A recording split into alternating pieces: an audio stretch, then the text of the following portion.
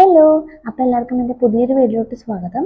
അപ്പോൾ ഇന്നത്തെ വീഡിയോയിൽ നമ്മൾ ഡിസ്കസ് ചെയ്യുന്നത് സെക്കൻഡ് ഇയറിലെ 4th സെമസ്റ്ററിൽ വരുന്ന ബികോമിലെ ബിസിനസ് ലീഗൽ എൻവയോൺമെൻറ്റ് എന്നുള്ള പേപ്പറിലെ ഫസ്റ്റ് മൊഡ്യൂളായ ദ ഇന്ത്യൻ കോൺട്രാക്ട് ആക്ടിൽ വരുന്ന ഫസ്റ്റ് ചാപ്റ്ററാണ് ദ ഇന്ത്യൻ കോൺട്രാക്ട് ആക്ട് 1872. അപ്പം നമുക്ക് വേഗം തന്നെ വീഡിയോയിലോട്ട് പോവാം.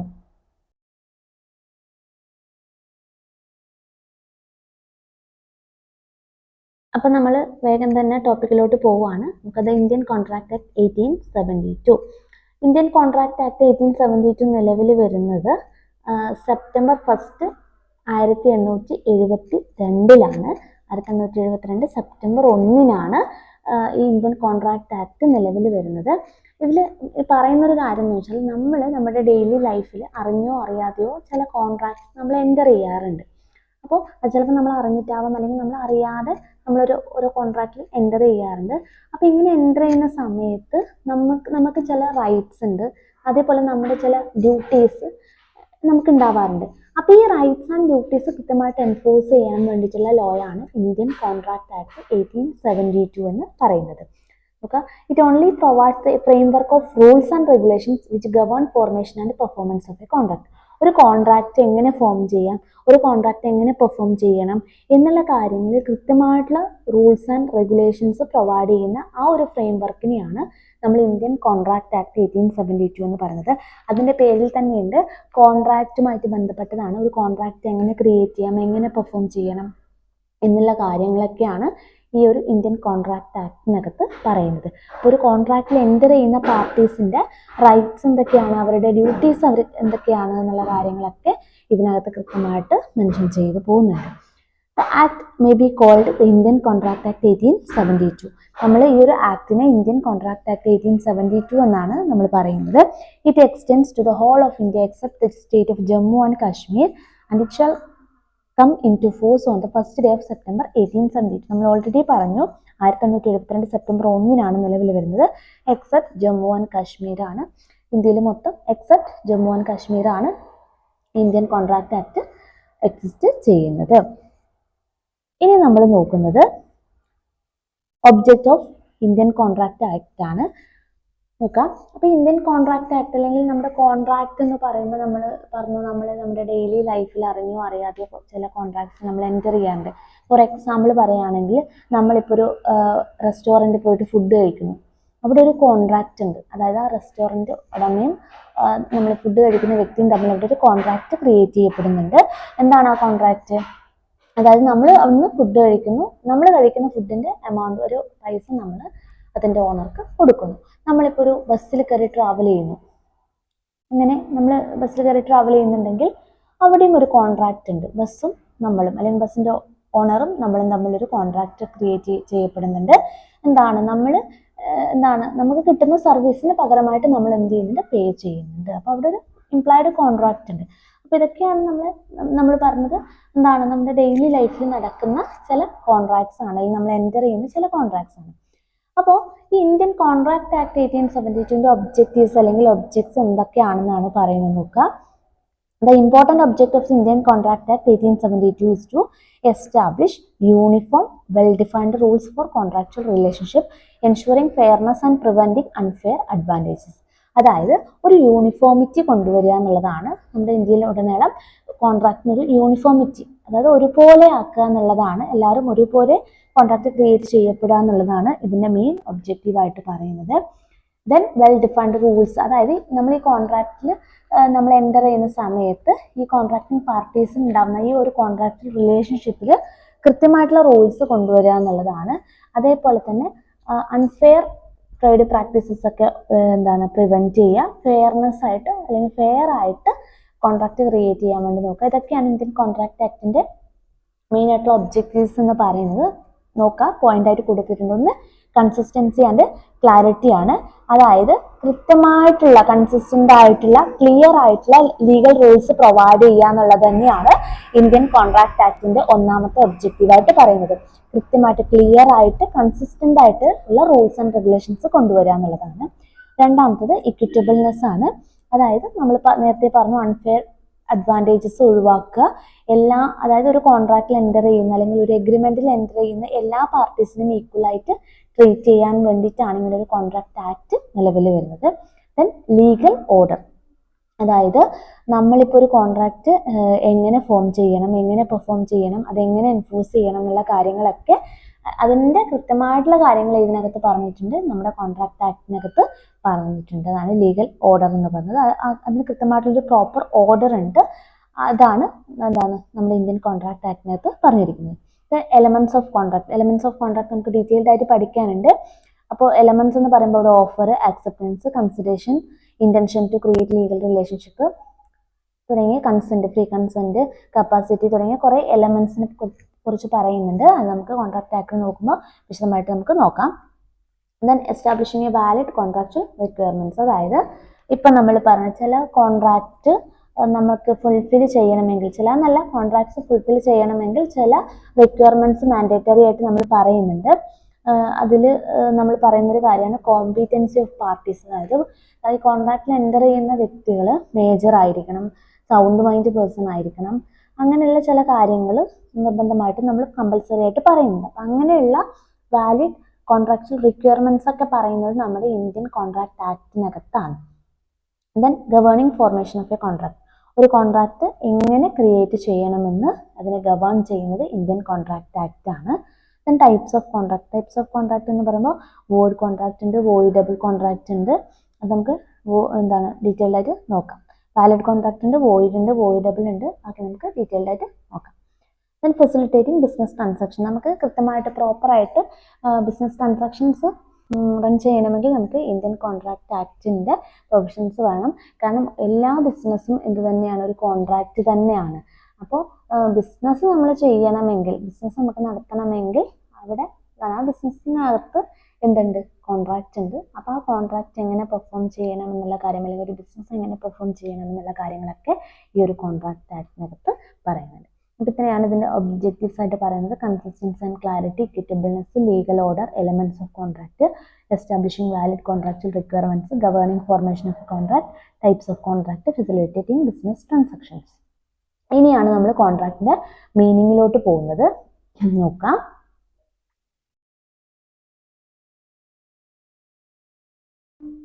A contract is an agreement which fulfills certain requirements. അതായത് ഒരു കോൺട്രാക്റ്റ് എന്ന് പറയുന്നത് ശരിക്കും ഒരു എഗ്രിമെന്റ് തന്നെയാണ്. ഓക്കെ, ഒരു കോൺട്രാക്റ്റ് എന്ന് പറഞ്ഞാൽ അതൊരു എഗ്രിമെന്റ് തന്നെയാണ്. ഒരു എഗ്രിമെന്റ് നിയമത്തിന് മുന്നിൽ എക്സിസ്റ്റൻസ് ഉള്ള എഗ്രിമെന്റിനെയാണ് നമ്മൾ കോൺട്രാക്റ്റ് എന്ന് പറയാം. An agreement enforceable by law is a contract. An agreement enforceable by law is a contract. ഒരു എഗ്രിമെന്റ് നിയമം മൂലം നടപ്പിൽ വരുന്നതിനെയാണ് നമ്മൾ എന്ത് പറയുന്നത്, കോൺട്രാക്റ്റ് എന്ന് പറയുന്നത്. നോക്കാം. An agreement creating and defining obligation between the parties. അതായത് ഒരു എഗ്രിമെന്റ് ആ പാർട്ടീസിന് മേലെ ഒബ്ലിഗേഷൻസ് ക്രിയേറ്റ് ചെയ്യുന്ന, അല്ലെങ്കിൽ ഒബ്ലിഗേഷൻസ് കൃത്യമായിട്ട് ഡിഫൈൻ ചെയ്യുന്നുണ്ടെങ്കിൽ അതിനെയാണ് നമ്മളൊരു കോൺട്രാക്റ്റ് എന്ന് പറയുന്നത്. കോൺട്രാക്റ്റിന്റെ മീനിങ് നെക്സ്റ്റ് പേജിലാണ് കൊടുത്തിട്ടുള്ളത്. നോക്കാം. According to section 2 subsection H of the Indian Contract Act, very important ആണ്, 1872, an agreement enforceable by law is a contract. നിർബന്ധമായിട്ട് നിങ്ങൾ പഠിച്ചിരിക്കേണ്ട കാര്യമാണ്.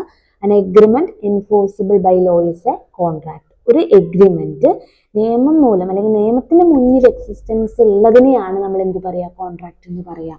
അപ്പോൾ ഒരു എഗ്രിമെന്റ് നിയമം മൂലം നടപ്പിൽ വരുന്നതിനെ നമുക്ക് എന്ത് പറയാം, കോൺട്രാക്ട് എന്ന് പറയാം. an agreement enforceable by law is a contract. In other words, an agreement which can be enforced in a court of law is known as a contract. അതായത് കോർട്ടിന് മുന്നിൽ എക്സിസ്റ്റൻസ് ഉള്ളതിനെയാണ് നമ്മൾ എന്ത് പറയാ, കോൺട്രാക്ട് എന്ന് പറയാം. Okay. On analyzing the definition of a contract, it appears that a contract must have the following two elements. അതായത് നമ്മളിപ്പോൾ ഈ പറഞ്ഞ ഡെഫിനേഷൻ പ്രകാരം അവിടെ രണ്ട് കാര്യങ്ങൾ, ഒരു കോൺട്രാക്റ്റിനകത്ത് രണ്ട് കാര്യങ്ങൾ ഉണ്ടായിരിക്കണം. ഒന്ന് നമ്മൾ പറഞ്ഞ കോൺട്രാക്ടിന്റെ ഡെഫിനേഷൻ പറയുമ്പോൾ തന്നെ നമ്മൾ പറഞ്ഞ എന്താണ്, ആ agreement enforceable by law is a contract. അപ്പോൾ ഒരു എഗ്രിമെന്റ് ഉണ്ടായിരിക്കണം. അവിടെ ഒരു എഗ്രിമെന്റ്, രണ്ട് പാർട്ടീസ് തമ്മിൽ ഒരു എഗ്രിമെന്റ് ഉണ്ടായിരിക്കണം. രണ്ടാമത്തെ കാര്യം എന്താണ്, എൻഫോഴ്സിബിലിറ്റി ഓഫ് ആൻ എഗ്രിമെന്റ്. അതായത് എൻഫോഴ്സിബിൾ ബൈ ലോ, നിയമത്തിന്റെ മുന്നിൽ സാധ്യത ഉണ്ടായിരിക്കണം. അപ്പൊ രണ്ട് കാര്യങ്ങളാണ്. ഒരു കോൺട്രാക്ട് എന്ന് പറയുമ്പോൾ അവിടെ രണ്ട് കാര്യങ്ങളാണ് ഉണ്ടാകുന്നത്. ഒന്ന് ഒരു എഗ്രിമെന്റ് ആണ്, രണ്ടാമത്തത് എൻഫോഴ്സിബിലിറ്റി ഓഫ് ആൻ എഗ്രിമെന്റ് ആണ്, അല്ലെങ്കിൽ എൻഫോഴ്സിബിലിറ്റി ബൈ ദി ലോ ആണ് രണ്ടാമത്തെ കാര്യം എന്ന് പറയുന്നത്. ഇത് നോക്കാം, എന്താണ് ഒരു എഗ്രിമെന്റ്.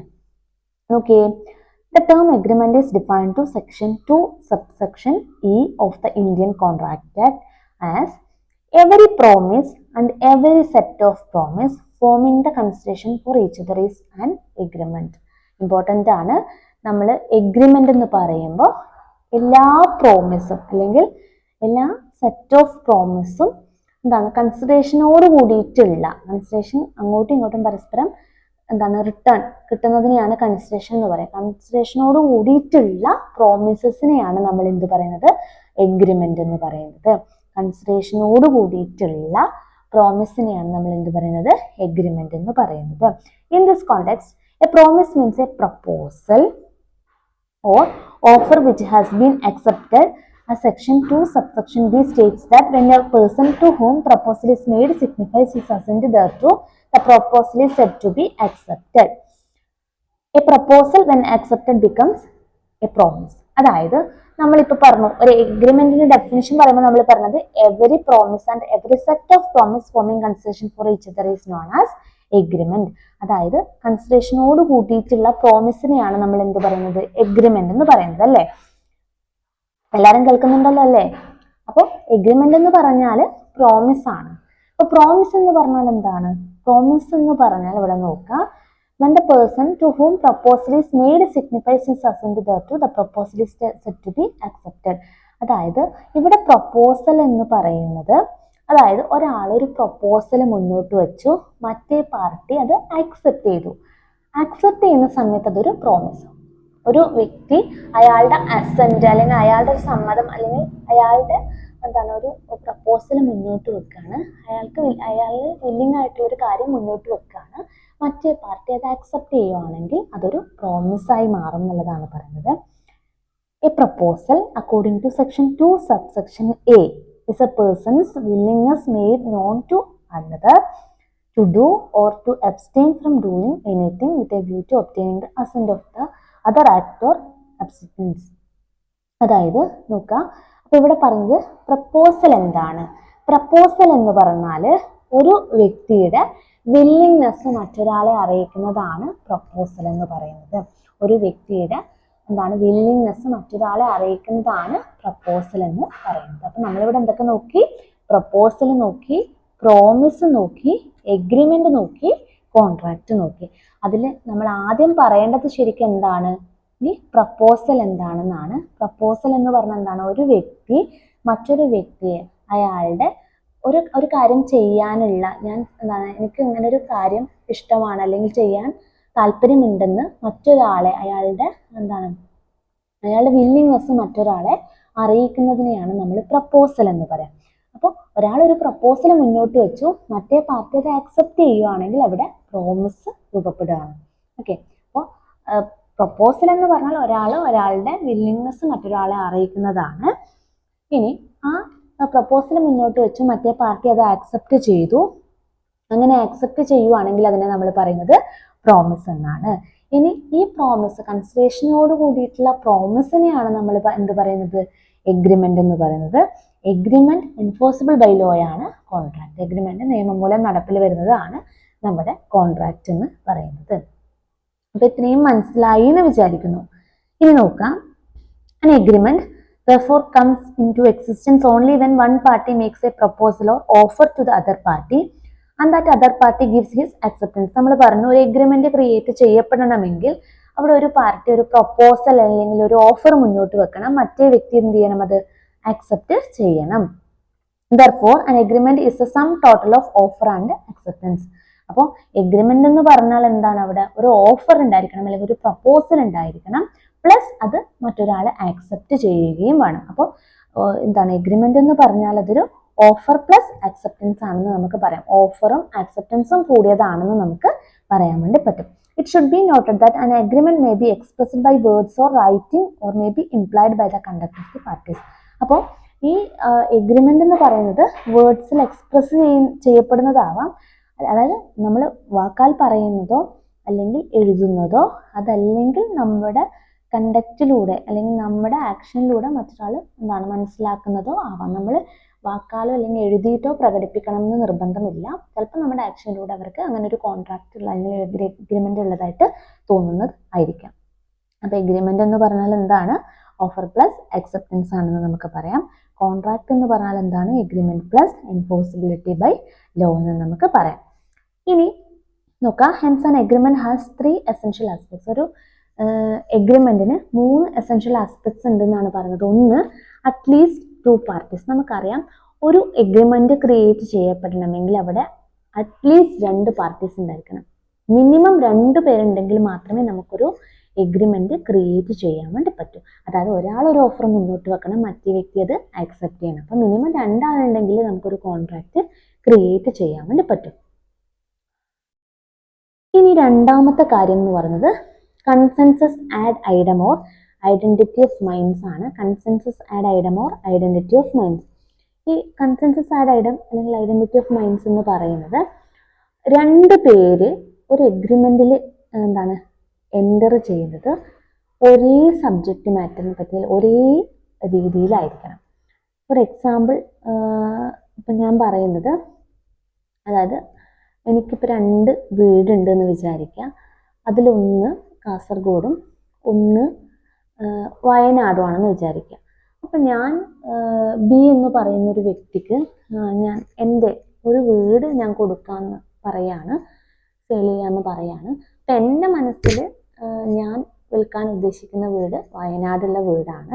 പക്ഷെ ബി എന്ന വ്യക്തിയുടെ മനസ്സിൽ ഉള്ള വീട് ചിലപ്പോൾ കാസർഗോഡിലെ വീടായിരിക്കാം. അപ്പോൾ അവിടെ എന്തില്ല? ഐഡന്റിറ്റി ഓഫ് മൈൻഡ്സ് ഇല്ല, അല്ലെങ്കിൽ അവിടെ കൺസെൻസസ് ആഡ് ഐഡം ഇല്ല.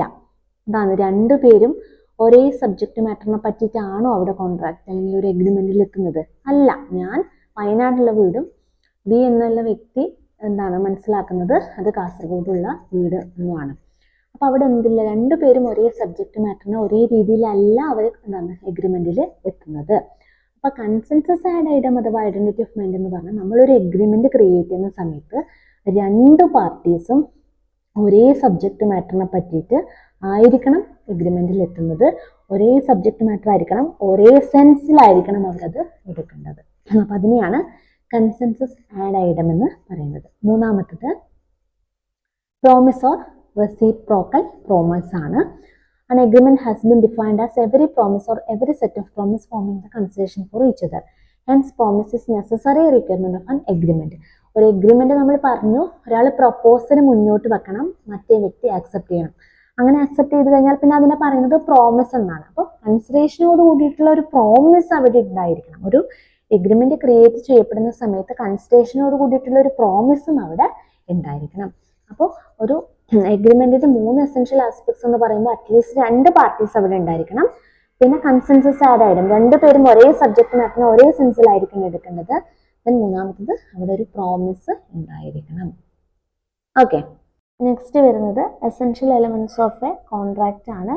സെക്ഷൻ 10 ഡീൽ ചെയ്യുന്ന ടോപ്പിക്കാണ് essential elements of a contract അല്ലെങ്കിൽ essential elements of a valid contract. ഒരു കോൺട്രാക്റ്റ് അല്ലെങ്കിൽ ഒരു എഗ്രിമെന്റ് വാലിഡ് കോൺട്രാക്റ്റ് ആവണമെങ്കിൽ പറയുന്ന ചില എസെൻഷ്യൽ എലമെന്റ്സ് ആണ്. Section 10 Indian contract act 1872 section 10 പറയുന്ന കുറച്ച് വാലിഡ് ആയിട്ടുള്ള എസെൻഷ്യൽ എലമെന്റ്സ് ആണ് ഇവിടെ പറയുന്നത്. നോക്കുക, അതിൽ ഒന്നാമത്തതാണ് ഓഫർ ആൻഡ് അക്സെപ്റ്റൻസ് എന്ന് പറയുന്നത്.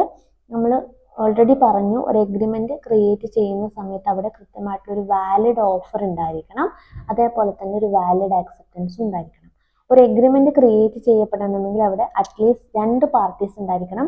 ഒരു വ്യക്തി ഒരു ഓഫർ അല്ലെങ്കിൽ ഒരു പ്രപ്പോസൽ മുന്നോട്ട് വെക്കണം, മറ്റേ വ്യക്തി അത് ആക്സെപ്റ്റ് ചെയ്യണം. നോക്കാം, an agreement involves a lawful offer by one party and lawful acceptance of the offer by the other party. ഒരു വ്യക്തി ഓഫർ മുന്നോട്ട് വെക്കണം, മറ്റേ പാർട്ടി അത് ആക്സെപ്റ്റ് ചെയ്യണം. രണ്ടാമത്തെ നോക്കിയേ, intention to create legal relationship.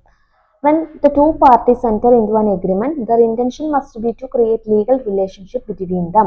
If there is no such intention on the part of the parties, there is no contract between them. Agreements of social or domestic nature do not contemplate legal relationships. അതായത് ഈ ഒരു എഗ്രിമെന്റിനകത്ത് enter ചെയ്യുന്ന രണ്ട് വ്യക്തികളുടെ intention എന്ന് പറയുന്നത് ഇങ്ങനെ ഒരു ലീഗൽ റിലേഷൻഷിപ്പ് ക്രിയേറ്റ് ചെയ്യാനുള്ളൊരു ഒബ്ജക്റ്റീവ് അല്ലെങ്കിൽ ഒരു എയിം അവരുടെ ഭാഗത്തുനിന്ന് ഉണ്ടായിരിക്കണം.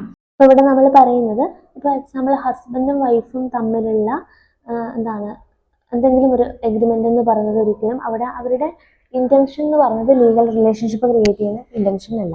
അപ്പോൾ സോഷ്യൽ ഓർ ഡൊമസ്റ്റിക് നേച്ചറിലുള്ളത് നമ്മൾ കോൺട്രാക്റ്റ് ആയിട്ട് നമ്മൾ ട്രീറ്റ് ചെയ്യാറില്ല. അപ്പോൾ ഇവിടെ നമ്മൾ പറഞ്ഞത് ലീഗൽ റിലേഷൻഷിപ്പ് ക്രിയേറ്റ് ചെയ്യാനുള്ള ഇന്റൻഷൻ രണ്ട് പാർട്ടീസിന്റെ ഭാഗത്തു നിന്നും ഉണ്ടായിരിക്കണം.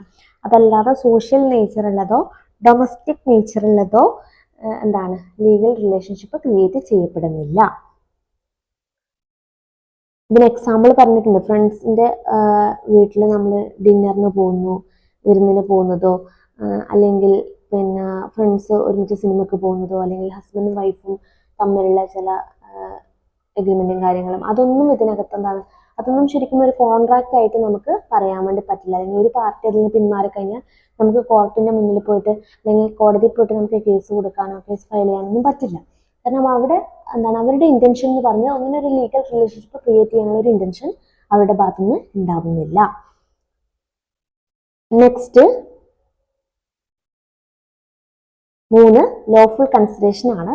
ഇവിടെ കൺസിഡറേഷൻ എന്ന് പറയുമ്പോൾ നിങ്ങൾ ഓർക്കേണ്ട കാര്യം, നമ്മൾ പരിഗണനയല്ല ഇവിടുത്തെ consideration. Consideration means something in return ആണ്. Consideration means something in return.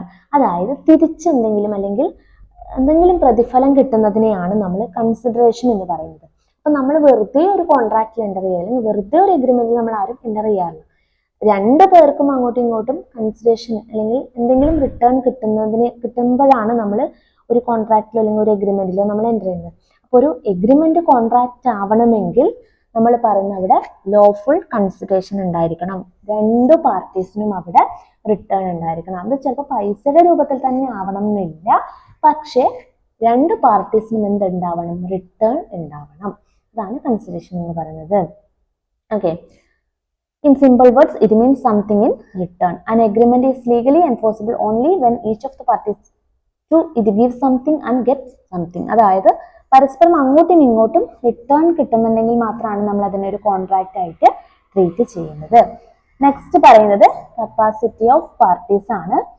Capacity എന്ന് പറയുമ്പോൾ നമ്മളിവിടെ ഓർക്കേണ്ടത്, അതായത് നമ്മളൊരു കോൺട്രാക്റ്റിൽ എൻ്റർ ചെയ്യുന്ന സമയത്ത് ആ പാർട്ടീസ് എൻ്റർ ചെയ്യുന്ന പാർട്ടീസിന്റെ ചില കോമ്പീറ്റൻസി പറയുന്നുണ്ട്. അതായത് അവരുടെ ചില റിക്വയർമെന്റ്സ് നമ്മൾ പറയുന്നുണ്ട്. അപ്പൊ അതിലൊന്നാണ് അവര് മേജർ ആയിരിക്കണം എന്നുള്ളത്. അവര് മേജർ ആയിരിക്കണം, അതേപോലെ സൗണ്ട് മൈൻഡ് പേഴ്സൺ ആയിരിക്കണം, not disqualified from any other law. ഈ 3 കാര്യങ്ങളാണ് കപ്പാസിറ്റിയിൽ പറയുന്നത്. മേജർ ആയിരിക്കണം, അതായത് 18 വയസ്സ് തികഞ്ഞ ആളായിരിക്കണം. Then second one sound mind person ആയിരിക്കണം, അതായത് ബുദ്ധിസ്ഥിരതയുള്ള ആളായിരിക്കണം. മൂന്നാമത്തത് ഒരു നിയമവും അയാളെ റെസ്ട്രിക്റ്റ് ചെയ്തിരിക്കാൻ വേണ്ടി പാടില്ല. Not disqualified from any other law, ഏതെങ്കിലും ഒരു നിയമം ഒരു കോൺട്രാക്റ്റിൽ എൻ്റർ ചെയ്യുന്നതിലും വിലക്കിയിട്ടുള്ള ആളാവാൻ വേണ്ടി പാടില്ല. അപ്പൊ ഇവിടെ നമ്മൾ കപ്പാസിറ്റിയിൽ ഇൻകോമ്പിറ്റൻസി ടു കോൺട്രാക്ട് പറയുന്നത്, അതായത് ആരൊക്കെയാണ് ഇൻകോമ്പിറ്റന്റ് ആവുന്നത്, അതായത് കോൺട്രാക്റ്റിൽ എൻ്റർ ചെയ്യാൻ പറ്റാത്തത് ആർക്കൊക്കെയാണ്. അതിലൊന്നാണ് മൈനർ. നമ്മൾ പറഞ്ഞു മേജർ ആയിരിക്കണം എന്ന് പറഞ്ഞു. അപ്പം മൈനർ 18 വയസ്സിന് താഴെയുള്ളവർക്ക് എൻ്റർ ചെയ്യാം, നമുക്ക് എഗ്രിമെന്റിൽ എൻ്റർ ചെയ്യാം, പക്ഷെ അതൊരു കോൺട്രാക്റ്റ് ആയിട്ട് നമ്മൾ പരിഗണിക്കില്ല. കാരണം 18 വയസ്സെന്ന് പറയുമ്പോൾ അത്രത്തോളം മെച്യൂരിറ്റി ഇല്ലാത്ത പ്രായമാണ്. അവർക്ക് ഒരു കോൺട്രാക്റ്റ് അല്ലെങ്കിൽ ഒരു എഗ്രിമെന്റിൽ എൻ്റർ ചെയ്യുന്ന സമയത്ത് അതിൻ്റെ കാര്യങ്ങൾ ചിന്തിക്കാനോ അല്ലെങ്കിൽ അതിൻ്റെ കാര്യങ്ങൾ ആഫ്റ്റർ എഫക്ട്സ് മനസ്സിലാക്കാനോ ഉള്ള പ്രായവും അല്ലെങ്കിൽ പക്വതയും കാര്യങ്ങളൊന്നും 18 വയസ്സിന് താഴെയുള്ള ആൾക്കാർക്ക് വന്നിട്ടുണ്ടാവില്ല. അപ്പൊ ആ മൈനറുമായിട്ടുള്ള എഗ്രിമെന്റ് എന്ന് പറയുന്നത് വാലിഡ് അല്ല.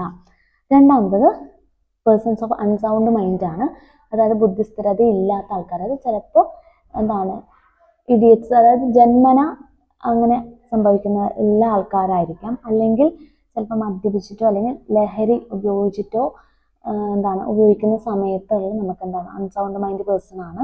ആ സമയത്ത് നമുക്ക് എഗ്രിമെന്റിൽ എൻ്റർ ചെയ്യാൻ വേണ്ടി പറ്റില്ല. അങ്ങനെ എൻ്റർ ചെയ്താലും അത് വാലിഡ് ആയിരിക്കില്ല. അപ്പൊ അങ്ങനെയുള്ളവരാണ് പേഴ്സൺസ് ഓഫ് അൺസൗണ്ട് മൈൻഡ് എന്ന് പറയുന്നത്. മൂന്നാമത്തത് persons disqualified by law to which they are subject. അതായത് ചില ആൾക്കാരെ നിയമം തന്നെ, ലോ തന്നെ റെസ്ട്രിക്ട് ചെയ്തിട്ടുണ്ടാവും, ഡിസ്ക്വാളിഫൈ ചെയ്തിട്ടുണ്ടാവും കോൺട്രാക്റ്റിൽ എൻ്റർ ചെയ്യുന്നതിനും അങ്ങനെയുള്ള വ്യക്തികൾ. അപ്പൊ ഇവരൊക്കെ ഈ 3 കാറ്റഗറിയിലുള്ളവരാണ് ഇൻകോമ്പീറ്റന്റ് എന്ന് പറയുന്നത്, കോൺട്രാക്റ്റിൽ എൻ്റർ ചെയ്യാൻ വേണ്ടി പറ്റാത്തത്. പറ്റുന്നത് ആർക്കൊക്കെയാണ്? മേജർ ആയിട്ടുള്ള ആൾക്ക്, സൗണ്ട് മൈൻഡ് പേഴ്സൺസിന് not disqualified from any other law. Next വരുന്നതാണ്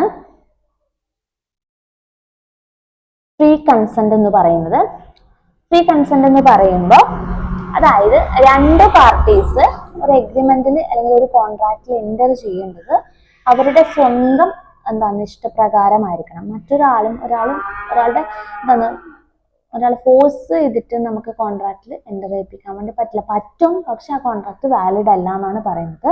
അപ്പോൾ 2 പാർട്ടീസും സ്വന്തം ഇഷ്ടപ്രകാരമായിരിക്കണം ആ കോൺട്രാക്റ്റിലേക്ക് എത്തേണ്ടത് അല്ലെങ്കിൽ എൻ്റർ ചെയ്യേണ്ടത്. അപ്പോൾ ഇവിടെ പറയുന്ന ഒരു കാര്യം എന്ന് വെച്ചാൽ, കോൺട്രാക്ട് ഇപ്പോൾ നമ്മൾ നോക്കാം, a consent may not be free either on account of mistakes in the minds of the parties or on account of the consent being obtained by some unfair means like coercion, fraud, misrepresentation, undue influence and mistake. അതായത് consent അല്ലെങ്കിൽ സമ്മതം free അല്ലാതാവുന്നത് ചിലപ്പോൾ ഒരാളെ ഭീഷണിപ്പെടുത്തിയിട്ട് ഒരു കോൺട്രാക്റ്റിൽ enter ചെയ്യിപ്പിക്കുന്നതാവാം. അതല്ലെങ്കിൽ അതാണ് കൊയേഷൻ എന്ന് പറയുന്നത്, ഒരാളെ ഭീഷണിപ്പെടുത്തുക. രണ്ടാമത് ഫ്രോഡ്, മറ്റൊരാളെ ചതിച്ചിട്ട് ഒരു കോൺട്രാക്റ്റിൽ എൻ്റർ ചെയ്യുന്നതാവാം, അതാണ് ഫ്രോഡ്. മൂന്നാമത്തത് മിസ്റെപ്രസെന്റേഷൻ എന്ന് പറഞ്ഞാൽ ഒരാളെ തെറ്റിദ്ധരിപ്പിച്ചുകൊണ്ട് കോൺട്രാക്റ്റിൽ എൻ്റർ ചെയ്യിപ്പിക്കുന്നതാവാം. അതല്ലെങ്കിൽ അൺഡ്യൂ ഇൻഫ്ലുവൻസ് പറഞ്ഞാൽ ഒരാളുടെ പൊസിഷൻ വെച്ചിട്ട് മറ്റൊരാളെ ഇൻഫ്ലുവൻസ് ചെയ്യുകയാണ്, ഒരാളുടെ പൊസിഷൻ സ്റ്റാറ്റസ് വെച്ചിട്ട് മറ്റൊരാളെ ഇൻഫ്ലുവൻസ് ചെയ്യുന്നതാണ് അൺഡ്യൂ ഇൻഫ്ലുവൻസ്. ദെൻ മിസ്റ്റേക്ക് എന്ന് പറഞ്ഞാൽ തെറ്റ് പറ്റുക എന്നുള്ളതാണ്, അല്ലെങ്കിൽ ബൈ മിസ്റ്റേക്ക് ഒരു കോൺട്രാക്റ്റിൽ എൻ്റർ ചെയ്യുക. അപ്പൊ ഇങ്ങനെ ഇങ്ങനെ ഒരു കോൺട്രാക്റ്റിൽ എൻ്റർ ചെയ്ത് കഴിഞ്ഞാൽ ഈ പറയുന്ന 5 രീതിയിൽ ആണ് കോൺട്രാക്റ്റിൽ എൻ്റർ ചെയ്യുന്നതെങ്കിൽ ആ കോൺട്രാക്റ്റ് വാലിഡ് ആയിരിക്കില്ല.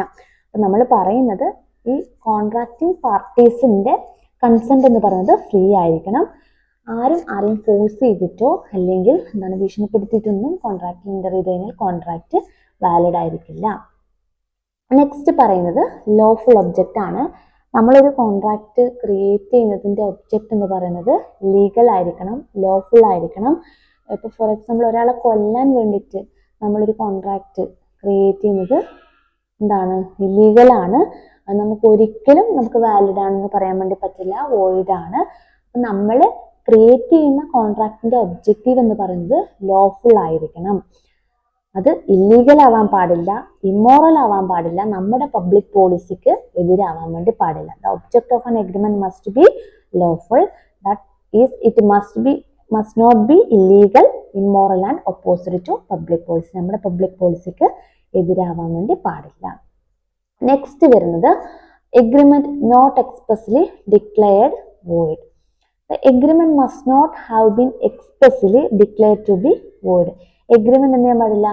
വോയിഡ് ആയിട്ട് ഡിക്ലെയർ ചെയ്തിട്ടുള്ള എഗ്രിമെന്റ് ആവാൻ വേണ്ടി പാടില്ല. Under Indian contract act there are 5 categories of agreement which are expressly declared to be void. അതായത് ചില കാര്യങ്ങൾ ഓൾറെഡി വോയിഡ് ആയിട്ട്, ചില കാര്യങ്ങൾ ചെയ്യുന്നത് ഓൾറെഡി വോയിഡ് ആയിട്ട് നമ്മുടെ ഇന്ത്യൻ കോൺട്രാക്ട് ആക്ടിനകത്ത് പറഞ്ഞിട്ടുണ്ട്.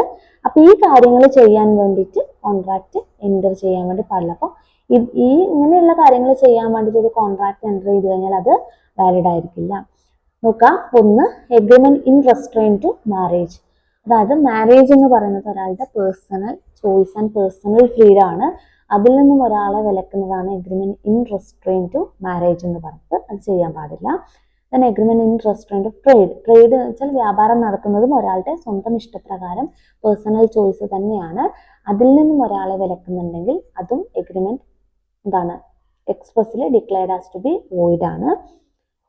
ദെൻ മൂന്നാമത്തത് agreement in restraint of legal proceedings. അതായത് നിയമ നടപടികളിൽ നമ്മൾ കൈകടത്തുന്നതിനെയാണ് agreement in restraint of legal proceedings എന്ന് പറയാം. Then agreements the meaning of which is uncertain. അതായത് നമുക്ക് ഒരിക്കലും നടക്കാൻ പറ്റാത്ത ഒരു കാര്യത്തിനെ കുറിച്ച് കോൺട്രാക്ട് എൻ്റർ ചെയ്യുന്നത്. Then agreements by way of wager എന്ന് പറഞ്ഞാൽ നമ്മൾ ബെറ്റ് വെക്കുന്നതിനെയാണ് വേജറിങ് എഗ്രിമെന്റ് എന്ന് പറയുന്നത്. അപ്പോൾ agreement not expressly declared as to be void, അതായത് വോയിഡ് ആയിട്ട് ഡിക്ലെയർ ചെയ്യാത്ത കോൺട്രാക്ട് ആയിരിക്കണം. അങ്ങനെയാണെങ്കിൽ അതിനെയാണ് നമ്മൾ വാലിഡ് കോൺട്രാക്ട് എന്ന് പറയുന്നത്. വോയിഡ് ആയിട്ട് ഓൾറെഡി നമ്മൾ ഈ പറയുന്ന പോലെ ഡിക്ലെയർ ചെയ്യുന്നതാണെങ്കിൽ അത് വാലിഡ് ആയിരിക്കില്ല എന്നുള്ളതാണ് പറയുന്നത്. നെക്സ്റ്റ് നോക്കുക, certainty of meaning. The terms of the contract must be precise and certain and must not be vague. അതായത് ഒരിക്കലും എന്താണ് ഒരു കൺഫ്യൂഷൻ, രണ്ട് പാർട്ടീസിൻ്റെ മൈൻഡിലും ഒരു കൺഫ്യൂഷൻ ഉണ്ടാവാൻ വേണ്ടി പാടില്ല. ക്ലിയർ ആയിരിക്കണം, അതേപോലെ പ്രിസൈസ് ആയിരിക്കണം എന്നുള്ളതാണ്. According to section 29, agreement the meaning of which is not certain or capable of being made certain are void. അതായത് നമുക്ക് അൺസർട്ടൈൻ ആണെങ്കിൽ അത് വോയിഡ് ആണ്. കൃത്യമായിട്ട് അതിൻ്റെ മീനിങ്, അതായത് രണ്ട് പാർട്ടീസിനും കൃത്യമായിട്ട് അതിൻ്റെ മീനിങ് മനസ്സിലായിരിക്കണം, അല്ലെങ്കിൽ ക്ലിയർ ആയിരിക്കണം. ഒരു കൺഫ്യൂഷനും രണ്ട് പാർട്ടീസിനും അവിടെ അത് ആ ഒരു കോൺട്രാക്റ്റിൻ്റെ ടേംസുമായിട്ട് ബന്ധപ്പെട്ട് ഉണ്ടാവാൻ വേണ്ടി പാടില്ല. അങ്ങനെ ഉണ്ടെങ്കിൽ അത് വാലിഡ് അല്ല. അങ്ങനെ എന്താണ് ക്ലിയർ ആണെങ്കിൽ അത് വാലിഡ് ആണ്. Then possibility of performance. Another essential feature of the contract is that it must be capable of being performed. അതായത് നമുക്ക് പെർഫോം ചെയ്യാൻ പറ്റുന്ന കോൺട്രാക്ട് തന്നെ ആയിരിക്കണം. അതിൻ്റെ പോസിബിലിറ്റി എന്ന് പറയുന്നത് എന്താണ്, നമുക്ക് അതായത് അത് പോസിബിൾ ആയിരിക്കണം. ഒരിക്കലും നടക്കാത്ത ഒരു കോൺട്രാക്ട് അല്ലെങ്കിൽ എഗ്രിമെന്റ് നമുക്ക് എന്താണ് വാലിഡ് ആണെന്ന് പറയാൻ വേണ്ടി പറ്റില്ല. ഇപ്പൊ രണ്ട് പാരലൽ ലൈൻസ് മീറ്റ് ചെയ്യാൻ വേണ്ടി ഒരു കോൺട്രാക്ട് എൻ്റർ ചെയ്താൽ നടക്കുമോ? ഇല്ല. രണ്ട് സമാന്തര വരകൾ ഒരിക്കലും കൂട്ടിമുട്ടൂല. അപ്പൊ അത് അങ്ങനെയുള്ള കോൺട്രാക്ട് അല്ലെങ്കിൽ അങ്ങനെയുള്ള എഗ്രിമെന്റ് നമുക്ക് എന്ത് ചെയ്യാൻ പറ്റില്ല, ക്രിയേറ്റ് ചെയ്യാൻ വേണ്ടി പറ്റില്ല. ഇമ്പോസിബിൾ ആയിട്ടുള്ള, ഒരിക്കലും നടക്കാത്ത കോൺട്രാക്ട് നമുക്ക് എന്താണ് ക്രിയേറ്റ് ചെയ്യാൻ വേണ്ടി പറ്റില്ല. ക്രിയേറ്റ് ചെയ്യാം, പക്ഷെ അത് വാലിഡ് ആയിരിക്കില്ല എന്നാണ് പറയുന്നത്. അപ്പോൾ പോസിബിലിറ്റി ഓഫ് പെർഫോമൻസ് ഇമ്പോർട്ടൻ്റ് ആണ്. നെക്സ്റ്റ് വരുന്നത് ലീഗൽ ഫോർമാലിറ്റീസ് ആണ്. അതായത് ഒരു വാലിഡ് കോൺട്രാക്റ്റിന് ചില ലീഗൽ ഫോർമാലിറ്റീസ്, ചിലത് റിട്ടൺ ആയിട്ട് തന്നെ വേണ്ടി വരും, അല്ലെങ്കിൽ അറ്റസ്റ്റ് ചെയ്യേണ്ടി വരും, രജിസ്റ്റർ ചെയ്യേണ്ടി വരും. ചിലത് എന്താണ് നമുക്ക് റിട്ടൺ വേണമെന്ന് നിർബന്ധമില്ല, വാക്കാൽ പറഞ്ഞാൽ മതിയാവും. അപ്പോൾ എന്താണ് ഈ ഒരു ലീഗൽ ഫോർമാലിറ്റീസ് ചില കോൺട്രാക്ട്സ് കൃത്യമായിട്ട് ഫുൾഫിൽ ചെയ്യേണ്ടതായിട്ട് ഉണ്ട്. ദെൻ ഇത്രയും ഈ 10 എസെൻഷ്യൽ എലമെന്റ്സ് ആണ് നമ്മൾ ഇതിനകത്ത് പറയുന്നത്. പ്ലസ് ഒരു എലമെന്റ് കൂടി നമ്മൾ പൊതുവെ പറയാറുണ്ട്, അത് കൺസെൻസസ് ആഡ് ഐഡം അഥവാ ഐഡന്റിറ്റി ഓഫ് മൈൻഡ്സ് ആണ്. നമ്മൾ നേരത്തെ എഗ്രിമെന്റിന്റെ 3 എസെൻഷ്യൽ ആസ്പെക്ട്സ് പറയുമ്പോൾ പറഞ്ഞൊരു കാര്യമാണ് കൺസെൻസസ് ആഡ് ഐഡം അഥവാ ഐഡന്റിറ്റി ഓഫ് മൈൻഡ്സ്. രണ്ട് പാർട്ടീസും ഒരേ സബ്ജക്ട് മാറ്ററിന് ഒരേ സെൻസിലായിരിക്കണം എടുക്കേണ്ടത്, അല്ലെങ്കിൽ അങ്ങനെ ആയിരിക്കണം കോൺട്രാക്റ്റിൽ എൻ്റർ ചെയ്യേണ്ടത്. അതുകൂടി ഇതിൻ്റെ കൂടെ എന്താണ് നിങ്ങൾ ആഡ് ചെയ്യുക. 11 എസെൻഷ്യൽ എലമെന്റ്സ് ആണ് ഇതിനകത്ത് വരുന്നത്. ഇത് നിർബന്ധമായിട്ടും പഠിക്കുക. സെക്ഷൻ 10 എന്ന് പറയുന്നത് കൂടുതലും എക്സാമിന് ചോദിച്ച് കണ്ടിട്ടുള്ള ക്വസ്റ്റ്യൻ ആണ് ഈ essential elements of a valid contract എന്ന് പറയുന്നത്. നെക്സ്റ്റ് നോക്കാം, all contracts are agreements but all agreements are not contract. ഇതിപ്പോൾ നമ്മൾ പറഞ്ഞത് തന്നെയാണ്, എല്ലാ കോൺട്രാക്റ്റും എഗ്രിമെന്റ് ആണ്, പക്ഷെ എല്ലാ എഗ്രിമെന്റും കോൺട്രാക്റ്റ് അല്ല. ഒരു എഗ്രിമെന്റ് കോൺട്രാക്റ്റ് ആവണമെങ്കിൽ നമ്മൾ പറഞ്ഞ 10 എസെൻഷ്യൽ എലമെന്റ്സ് ആണ് സെക്ഷൻ 10-ലുള്ളത്. ഒരു എഗ്രിമെന്റ് കോൺട്രാക്റ്റ് ആവണമെങ്കിൽ ചില എസെൻഷ്യൽ എലമെന്റ്സ് ഫുൾഫിൽ ചെയ്യണം. അങ്ങനെയെങ്കിൽ മാത്രമാണ് അതിനെ നമ്മൾ എന്ത് പറയാം, കോൺട്രാക്റ്റ് എന്ന് പറയാം. അപ്പോൾ എല്ലാ കോൺട്രാക്റ്റും എഗ്രിമെന്റ് ആയിരിക്കും അല്ലെ, എല്ലാ കോൺട്രാക്റ്റും എഗ്രിമെന്റ് തന്നെയാണ്. An agreement enforceable by law is a contract. ഒരു എഗ്രിമെന്റ് നിയമം മൂലം നടപ്പിൽ വരുന്നതാണ് എന്ത്, കോൺട്രാക്ട് എന്ന് പറയുന്നത്. അപ്പൊ എല്ലാ കോൺട്രാക്റ്റും എഗ്രിമെന്റ് ആണ്. പക്ഷെ എല്ലാ എഗ്രിമെന്റും കോൺട്രാക്റ്റ് ആണോ? അല്ല. എഗ്രിമെന്റ് നമ്മൾ പറയുന്ന എസെൻഷ്യൽ എലമെന്റ്സ് എല്ലാം ഫുൾഫിൽ ചെയ്യുമ്പോഴാണ് ഒരു കോൺട്രാക്റ്റ് ആയിട്ട് മാറുന്നത്. അപ്പോൾ അതുകൊണ്ട് തന്നെ എല്ലാ എഗ്രിമെന്റും കോൺട്രാക്റ്റ് ആണെന്ന് നമുക്ക് പറയാൻ പറ്റില്ല. അതേപോലെ എഗ്രിമെന്റ് നിയമത്തിന് മുന്നിൽ എക്സിസ്റ്റൻസ് ഉള്ളതും ഇല്ലാത്തതും ഉണ്ട്. ഓക്കെ, എഗ്രിമെന്റ് നമുക്ക് എക്സിസ്റ്റൻസ് ഇല്ലാത്തതിന് നമുക്ക് എഗ്രിമെന്റ് എന്ന് പറയാം, പക്ഷെ എക്സിസ്റ്റൻസ് ഉള്ളത് നമുക്ക് കോൺട്രാക്റ്റ് എന്ന് പറയാം. അപ്പൊ അതാണ് ഇത് തമ്മിലുള്ള വ്യത്യാസം എന്ന് പറയുന്നത്. അത് കൃത്യമായിട്ട് നിങ്ങൾ എന്ത് ചെയ്യുക, മനസ്സിലാക്കുക. അപ്പോൾ കോൺട്രാക്റ്റിന്റെ മീനിങ് പഠിക്കുക. Contract is an agreement enforceable by law. നിയമത്തിന് മുന്നിൽ എക്സിസ്റ്റൻസ് ഉള്ള എഗ്രിമെന്റിനെയാണ് എന്ത് പറയുക, കോൺട്രാക്ട് എന്ന് പറയാതെ കൃത്യമായിട്ട് ഓർത്തിരിക്കുക. അപ്പൊ എഗ്രിമെന്റ് എല്ലാം കോൺട്രാക്റ്റ് അല്ല, പക്ഷെ എല്ലാ കോൺട്രാക്റ്റും എഗ്രിമെന്റ് തന്നെ ആണ്. അപ്പൊ അത് കൃത്യമായിട്ട് നിങ്ങൾ ഓർത്തിരിക്കുക. ഇനി നമുക്ക് നോക്കാനുള്ളത് ക്ലാസിഫിക്കേഷൻ ഓഫ് കോൺട്രാക്ട്സ് ആണ്. നമുക്ക് വേഗം തന്നെ ഒന്ന് പറഞ്ഞു പോകാം. ക്ലാസിഫിക്കേഷൻ ഓഫ് കോൺട്രാക്റ്റിനകത്ത് ആദ്യമായിട്ട് നമ്മൾ പറയുന്നത് according to validity or enforceability ആണ്. ഒന്നാമത്തത് according to validity or enforceability, രണ്ടാമത്തത് അക്കോർഡിംഗ് ടു ഫോർമേഷൻ ആണ്, മൂന്നാമത്തത് അക്കോർഡിംഗ് ടു പെർഫോമൻസ്. ഈ 3 ക്ലാസിഫിക്കേഷൻ ആണ് മെയിൻ ആയിട്ട് വരുന്നത്. അതിലൊന്ന് according to validity or enforceability. വാലിഡിറ്റിന്റെ ബേസിൽ നമ്മൾ കോൺട്രാക്ട്സിനെ 6 ക്ലാസിഫൈ ചെയ്യുന്നുണ്ട്. അതിലൊന്ന് വാലിഡ് കോൺട്രാക്റ്റ് ആണ്. വാലിഡ് കോൺട്രാക്റ്റിന്റെ മീനിങ് പ്രത്യേകിച്ച് പറയാനില്ല. സെക്ഷൻ 10 പറയുന്ന എല്ലാ എസെൻഷ്യൽ എലമെന്റ്സും ഫുൾഫിൽ ചെയ്യുന്നതിനെയാണ് നമ്മൾ എന്ത് പറയുന്നത്, വാലിഡ് കോൺട്രാക്ട് എന്ന് പറയുന്നത്. ഒരു കോൺട്രാക്ട് വാലിഡ് ആവുന്നത് സെക്ഷൻ 10 പറയുന്ന എല്ലാ എസെൻഷ്യൽ എലമെന്റ്സും ഫുൾഫിൽ ചെയ്യുമ്പോഴാണ്. നമ്മൾ വീണ്ടും പറയണ്ടല്ലോ. ഓക്കെ. രണ്ടാമത്തത് വോയിഡ് കോൺട്രാക്ട്. വോയിഡ് കോൺട്രാക്ട് നോക്കുക. വോയിഡ് കോൺട്രാക്റ്റും വോയിഡ് എഗ്രിമെന്റും ഉണ്ട്, കൃത്യമായിട്ട് നോക്കുക. In other words, a void contract is a contract which was valid when entered into, but which subsequently become void due to impossibility of performance, change of law or some other reason. അതായത് നമ്മൾ enter ചെയ്യുന്ന സമയത്ത് ഇത് valid ആയിരുന്നു. ഓർക്കുക, void contract എന്ന് പറഞ്ഞാൽ enter ചെയ്യുന്ന സമയത്ത് വാലിഡ് ആയിരുന്നു, പിന്നീട് എന്തായി, സബ്സിക്വൻ്റ്ലി ബിക്കം വോയിഡ്, പിന്നീട് വോയിഡ് ആവുന്ന കോൺട്രാക്ട്സ് ആണ് വോയിഡ് കോൺട്രാക്ട് എന്ന് പറയുന്നത്. അപ്പോൾ വോയിഡ് കോൺട്രാക്ട് എന്ന് പറയുമ്പോൾ അതിലേക്ക് അത് കോൺട്രാക്റ്റ് ആണ്. കോൺട്രാക്ട് എന്ന് പറയുമ്പോൾ നമ്മൾ വാലിഡ് ആയിട്ടുള്ളതിനെയാണ് കോൺട്രാക്ട് എന്ന് പറയുന്നത് അല്ലേ. അപ്പോൾ ഇത് എൻ്റർ ചെയ്യുന്ന സമയത്ത് വാലിഡ് ആയിരുന്നു, പിന്നീട് വോയിഡ് ആവുന്നത്. ആ വോയിഡ് ആവുന്നത് ചിലപ്പോൾ ഇമ്പോസിബിലിറ്റി കൊണ്ടാവാം, ചിലപ്പോൾ നിയമത്തിൽ ചേഞ്ചസ് വന്നത് കൊണ്ടാവാം, മറ്റെന്തെങ്കിലും റീസൺ കൊണ്ടാവാം. അപ്പോൾ എൻ്റർ ചെയ്യുന്ന സമയത്ത് വാലിഡ് ആയിരുന്നു, പിന്നീട് വോയിഡ് ആവുന്ന കോൺട്രാക്ട്സ് ആണ് വോയിഡ് കോൺട്രാക്ട്സ് എന്ന് പറയുന്നത്. കൃത്യമായിട്ട് ഓർത്തിരിക്കുക കേട്ടോ. ഈ വോയിഡ് എന്ന് പറഞ്ഞാൽ നോട്ട് ബൈൻഡിങ് ഇൻ ലോ, നിയമത്തിന് മുന്നിൽ എക്സിസ്റ്റൻസ് ഇല്ലാത്തതാണ് വോയിഡ് എന്ന് പറയുന്നത്. അപ്പോൾ വോയിഡ് കോൺട്രാക്ട് എന്ന് പറഞ്ഞാൽ എൻ്റർ ചെയ്യുന്ന സമയത്ത് വാലിഡ് ആയിരുന്നു, പിന്നീട് നിയമത്തിന് മുന്നിൽ എക്സിസ്റ്റൻസ് ഇല്ലാതെ പോയതാണ് വോയിഡ് കോൺട്രാക്ട്സ്. മൂന്നാമത്തത് വോയിഡ് എഗ്രിമെന്റ്. ഓക്കെ, ഇത് തമ്മിലുള്ള വ്യത്യാസം കൃത്യമായിട്ട് മനസ്സിലാക്കി വെക്കുക. വോയിഡ് എഗ്രിമെന്റ് എന്ന് പറഞ്ഞാൽ തുടക്കം മുതലേ വോയിഡ് ആയിട്ടുള്ളതാണ് എഗ്രിമെന്റ്. ഇത് കോൺട്രാക്റ്റ് ആയിട്ടേ മാറുന്നില്ല. ഓക്കെ, എഗ്രിമെന്റ് മാത്രമാണ് കോൺട്രാക്റ്റ് ആയി മാറുന്നില്ല.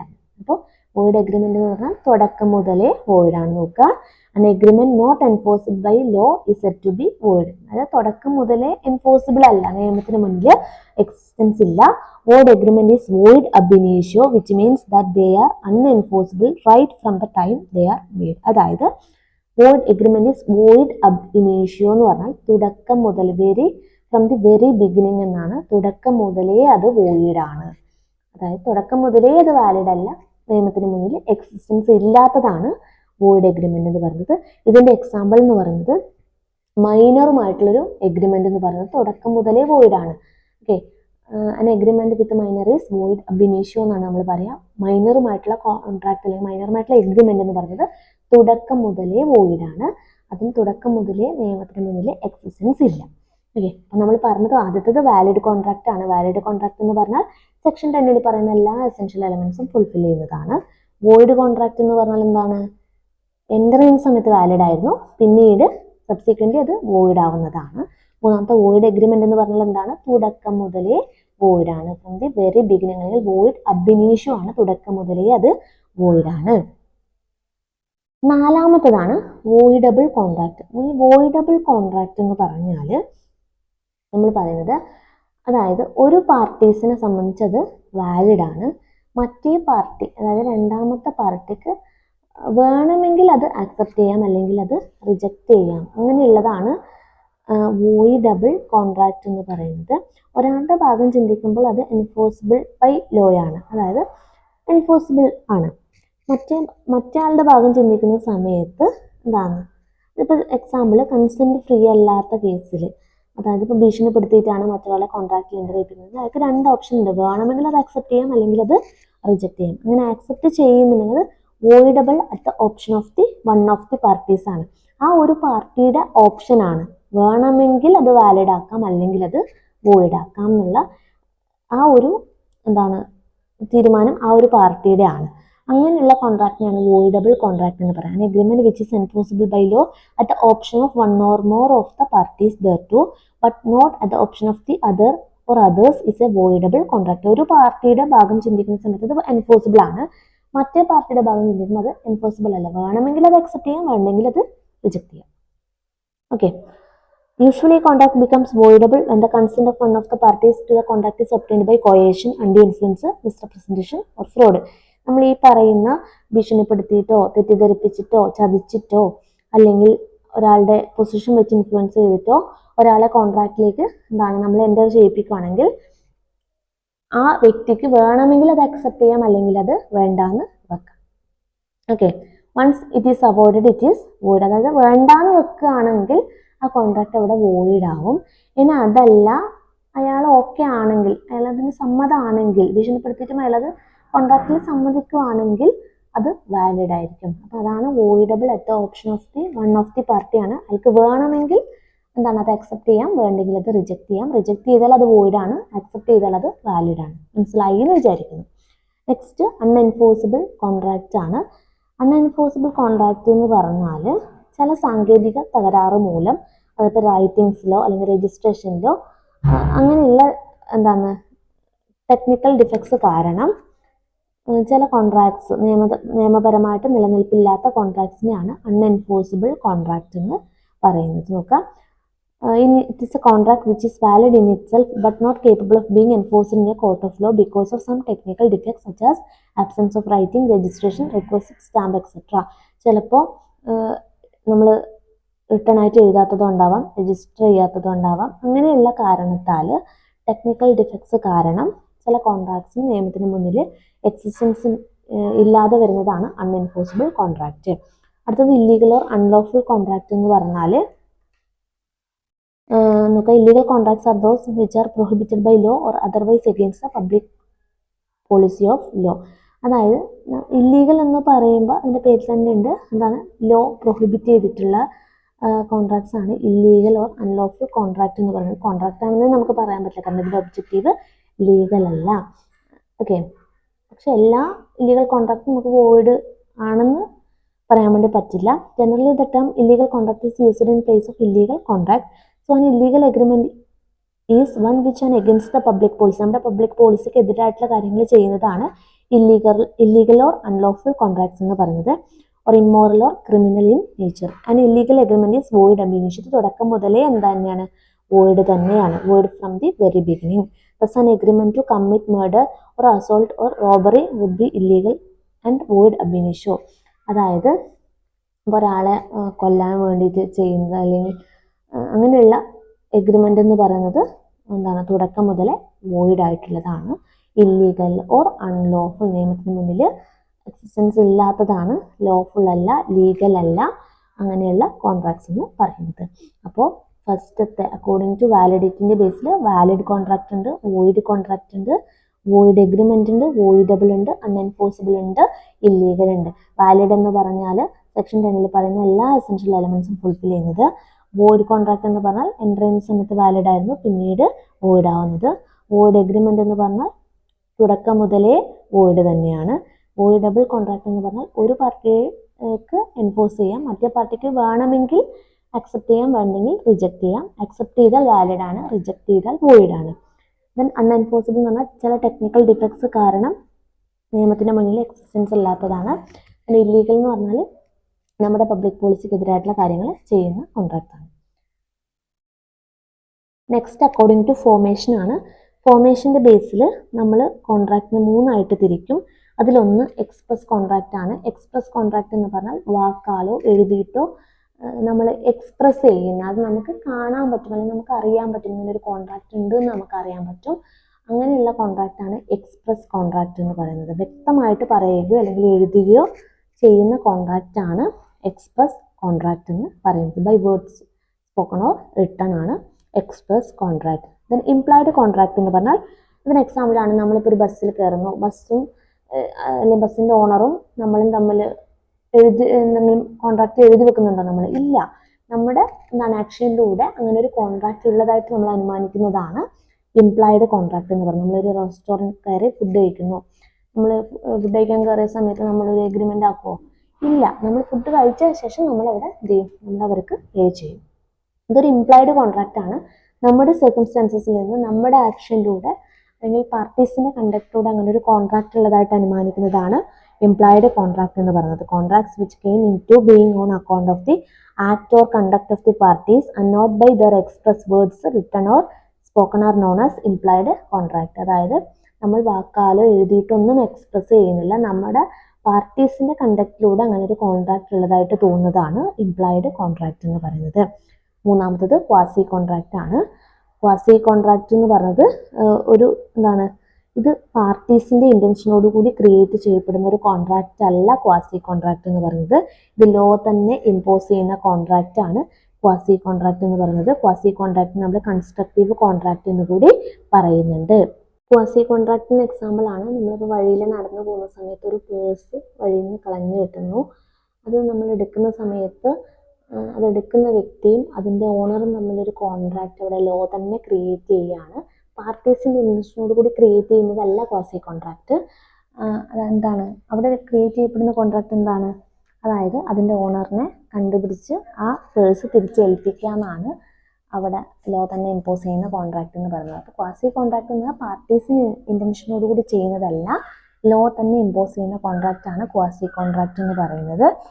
ക്വാസി കോൺട്രാക്റ്റിന്റെ പ്രിൻസിപ്പൾ എന്ന് പറയുന്നത് ഒരാളെയും മറ്റൊരാളുടെ ചെലവിൽ നന്നാവാൻ അനുവദിക്കില്ല എന്നുള്ള പ്രിൻസിപ്പളിന്റെ ബേസിലാണ് ക്വാസി കോൺട്രാക്റ്റ് പ്രവർത്തിക്കുന്നത്. ഒരാളുടെയും മറ്റൊരാളുടെ ചെലവിൽ റിച്ച് ആവാൻ വേണ്ടി സമ്മതിക്കില്ല എന്നുള്ള ഒരു പ്രിൻസിപ്പളിന്റെ ബേസിലാണ് ക്വാസി കോൺട്രാക്റ്റ് പ്രവർത്തിക്കുന്നത്. അപ്പോൾ അതൊന്ന് മനസ്സിലാക്കി വെക്കുക. അതാണ് ക്വാസി കോൺട്രാക്റ്റ് ക്രിയേറ്റഡ് ബൈ ലോയാണ്. ദെൻ ഓക്കെ, അപ്പോൾ അക്കോർഡിംഗ് ടു ഫോർമേഷനിൽ എക്സ്പ്രസ്, ഇംപ്ലൈഡ്, ക്വാസി. എക്സ്പ്രസ് എന്നാൽ വാക്കാലോ എഴുതിയിട്ടോ എക്സ്പ്രസ് ചെയ്യുന്നത്. ഇംപ്ലൈഡ് എന്ന് പറഞ്ഞാൽ നമ്മുടെ ആക്ഷനിലൂടെ അല്ലെങ്കിൽ പാർട്ടീസിന്റെ കണ്ടക്റ്റിലൂടെ മനസ്സിലാക്കുന്നത്. ക്വാസി കോൺട്രാക്ട് എന്ന് പറഞ്ഞാൽ ലോ തന്നെ ക്രിയേറ്റ് ചെയ്യുന്ന കോൺട്രാക്റ്റ് ആണ്, പാർട്ടീസിന്റെ ഇന്റൻഷനോടുകൂടി ചെയ്യുന്നതല്ല. മൂന്നാമത്തെ ക്ലാസിഫിക്കേഷൻ ആണ് അക്കോർഡിംഗ് ടു പെർഫോമൻസ് എന്ന് പറയുന്നത്. അക്കോർഡിംഗ് ടു പെർഫോമൻസ്, പെർഫോമൻസിന്റെ ബേസിൽ രണ്ട് തരത്തിലാണ് ക്ലാസിഫിക്കേഷൻ വരുന്നത്. ആദ്യത്തെ ഒരു തരം ക്ലാസിഫിക്കേഷൻ എന്ന് പറയുന്നത് എക്സിക്യൂട്ടഡും എക്സിക്യൂട്ടറിയും ആണ്. ആദ്യത്തെ ക്ലാസിഫിക്കേഷൻ എന്ന് പറയുന്നത് എക്സിക്യൂട്ടഡും എക്സിക്യൂട്ടറിയും ആണ്. എക്സിക്യൂട്ടഡ് എന്ന് പറഞ്ഞാൽ രണ്ടുപേരും പെർഫോം ചെയ്തു. ഓക്കെ, ഇനി രണ്ടുപേരും ഒന്നും ചെയ്യാനില്ല. A contract is set to be executed when both parties to the contract have fulfilled their respective obligations and nothing remains to be done by either party. രണ്ടുപേരും പെർഫോം ചെയ്തു, ഇനി രണ്ടുപേരും ഒന്നും പെർഫോം ചെയ്യാനില്ല. അങ്ങനെയുള്ള കോൺട്രാക്ട് ആണ് എക്സിക്യൂട്ടഡ്. രണ്ടുപേരും perform ചെയ്ത കോൺട്രാക്ട് ആണ് എക്സിക്യൂട്ടഡ്.